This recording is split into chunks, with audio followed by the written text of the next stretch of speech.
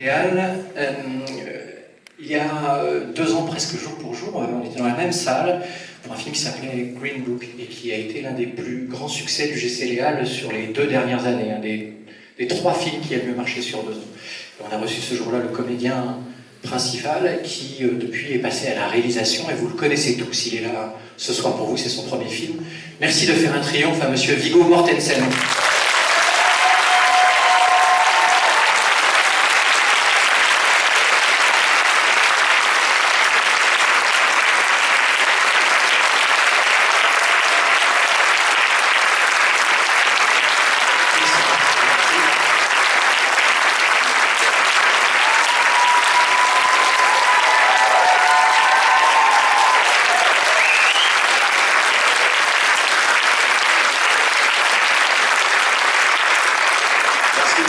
Merci d'être venu voir mon début.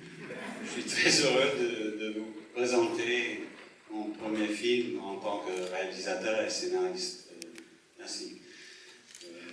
Alors, justement, réalisateur, scénariste, compositeur également. Donc, c'est vraiment une histoire que vous aviez envie de raconter, pour que vous soyez avec toutes les casquettes rassemblées pour ce film. Donc, est-ce que vous pouvez nous dire quelques mots sur l'histoire, sur d'où vient cette histoire?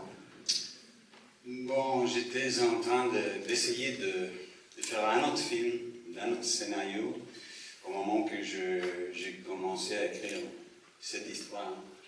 J'ai commencé à écrire cette histoire juste après la mort de ma mère. Et donc je voulais explorer un peu ce que je ressens pour elle et pour mon père, ce que je me souviens de mon enfance, mon adolescence. Et ben, il y avait des questions, des souvenirs subjectifs. Voilà, la mémoire, c'est toujours subjectif. Des choses que mes frères Charles et Walter, leurs souvenirs sont un peu différents que les miens, mais on est d'accord sur quelque chose. Et à la fin, c'est l'histoire d'une famille fictive. J'ai inventé des faits, des événements, mais la base, c'est ce que je ressens de mes parents. Il y a quelque chose dans le film que mes frères vont reconnaître, qui vient de la réalité de notre enfance, et quelques mots, quelques morceaux de conversation. Mais à part ça, j'ai inventé, et je me sentais plus libre de le faire comme ça. Bon, ça n'a pas été facile de trouver l'argent. On a essayé 2 fois, 3 fois à la fin. Mais on a fait une très bonne équipe et nous sommes très fiers de notre film. C'est un film fait avec amour et je l'offre avec amour.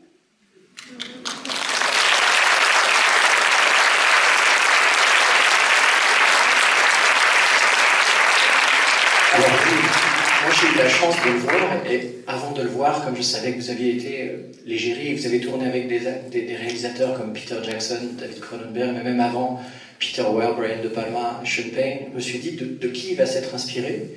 Et puis j'ai lu que vous parliez de Ozu. Et donc je me suis dit, tiens, c'est très... Alors depuis j'ai vu le film, moi j'ai compris pourquoi, mais est-ce que vous pouvez nous dire quelques mots sur vos influences sur ce film? Bon, en réalité, j'étais pas conscient pendant l'écriture ni le tournage. On a bien sûr regardé des photos et beaucoup de films que j'ai partagés avec Marcel Ziskin, le photographe, avec Carol Spear, production designer, qui a toujours travaillé avec David Cronenberg, je le connaissais bien. Mais à l'heure de faire le film, on n'a pas pensé à un style ni à des autres films. Je suis sûr que tout ce que j'ai vu depuis la première fois que je suis allé au cinéma avec ma mère quand j'avais 3 ans, tous les films que j'ai vus et tous les tournages dont j'ai participé m'ont influencé à l'heure de faire le film, c'est sûr.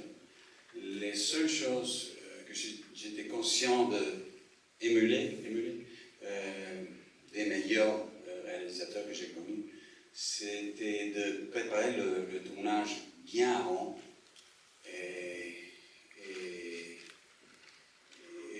parce que je savais que c'est impossible de se préparer trop tôt ou too much, Trop.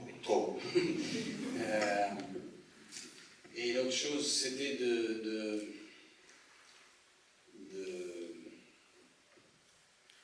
continuer à laisser la porte ouverte à l'équipe, aux acteurs, leurs suggestions, leurs questions. Je voulais savoir, j'ai dit le premier jour du tournage avant la première prise, je dis, on fait ce film, on raconte cette histoire ensemble. Je veux savoir ce que vous pensez, tout le temps. N'ayez pas peur de me faire des suggestions, de me poser des questions. Et ils l'ont fait tous les jours. Et je l'aimais beaucoup, ça. C'est pour ça que j'ai dit, on a fait une très bonne équipe. Peut-être juste un mot sur le casting, et notamment sur Lance Henriksen, qui est un comédien qu'on connaît tous quand on est cinéphile. On a vu énormément de films de genre avec lui. Là, c'est la première fois qu'on le voit dans un rôle comme celui-là. Est-ce que vous pouvez nous raconter un peu comment vous l'avez rencontré et comment vous avez pensé à lui? Bon, je l'avais connu il y a 12 ans, pendant le tournage de Appaloosa, un film de Ed Harris. Et je connaissais son travail avant. J'ai pas vu tout ce qu'il a fait. Il a fait 280 films. Mais je savais qu'il était un bon acteur, qu'il avait une forte présence, la voix, tout, qu'il était un très bon acteur. Et quand j'ai écrit le scénario, j'ai pensé à lui. Je lui ai envoyé le scénario. Il m'a dit, bon, j'ai jamais fait un tel rôle, ça va être difficile, mais je veux essayer. Très bien. Et quand on a perdu l'argent la première fois, j'ai dit, bon, je suis désolé, je vais essayer avec un autre film. J'ai pas pu faire ce film, et je tournais vers Lance à nouveau, et j'ai dit, bon, are you with me? Tu veux le faire toujours? Et il a dit, moi, après une longue pause, il a dit, ok. C'est pourquoi cette pause? Il a dit, bon, ça va être dur, parce que je vais explorer les souvenirs de mon enfance. C'était dur. Il m'a raconté après un peu sur ça. Il était analphabète jusqu'il y avait 30 ans, quand il a appris à lire, par exemple. Il est grandi dans les rues de New York. Ça a été une enfance très difficile. C'est ça qu'il disait, il a exploré ça. Et il l'a fait, parce que c'était une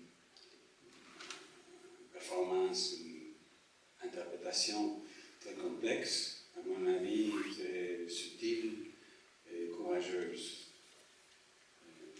C'est incroyable ce qu'il a fait. Vraiment, c'est très beau. Et je suis désolé de ne pas être ici avec lui, parce que l'idée, c'était, quand on nous a invités à Cannes, j'ai pensé, ça va être génial. On n'a pas pu le présenter pour le public.